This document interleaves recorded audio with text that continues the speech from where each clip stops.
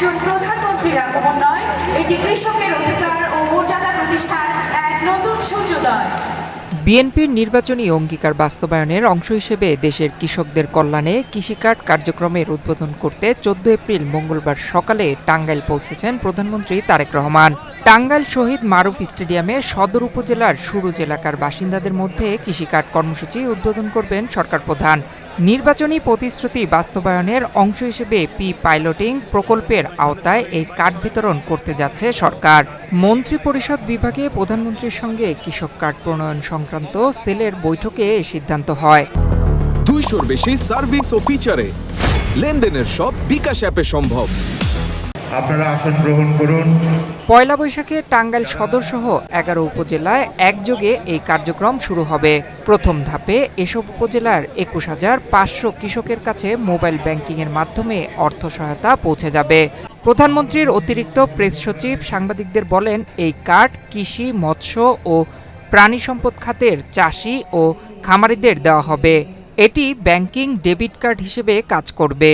শুধু ভূমিহীন, প্রান্তিক ও ক্ষুদ্র শ্রেণীর কৃষককে কৃষি উপকরণ ক্রয়ের জন্য প্রণোদনা হিসেবে বছরে 2,500 টাকা দেওয়া হবে। এই কার্ডের মাধ্যমে কৃষকরা সার, বীজ, কীটনাশক ও পশুখাদ্য ক্রয় করতে পারবেন। 14ই ফেব্রুয়ারি পয়লা বৈশাখ, এই উপলক্ষে টাঙ্গাইলবাসী আমরা জনাব তারেক রহমানের কাছ থেকে যে কৃষি কার্ড নিব, এর জন্য আমরা অত্যন্ত আনন্দিত এবং টাঙ্গাইলবাসী এত সৌভাগ্যবান যে 64 ডিস্ট্রিক্টের ভিতরে টাঙ্গাইলবাসী প্রথম কৃষি কার্ড পাচ্ছে। এর জন্য আমরা জনাব তারেক রহমানকে ধন্যবাদ জানাই, মন থেকে দোয়া করি উনি যেন পরপর এই অন্যান্য কাজগুলি এইভাবে এগিয়ে নিয়ে যেতে পারে।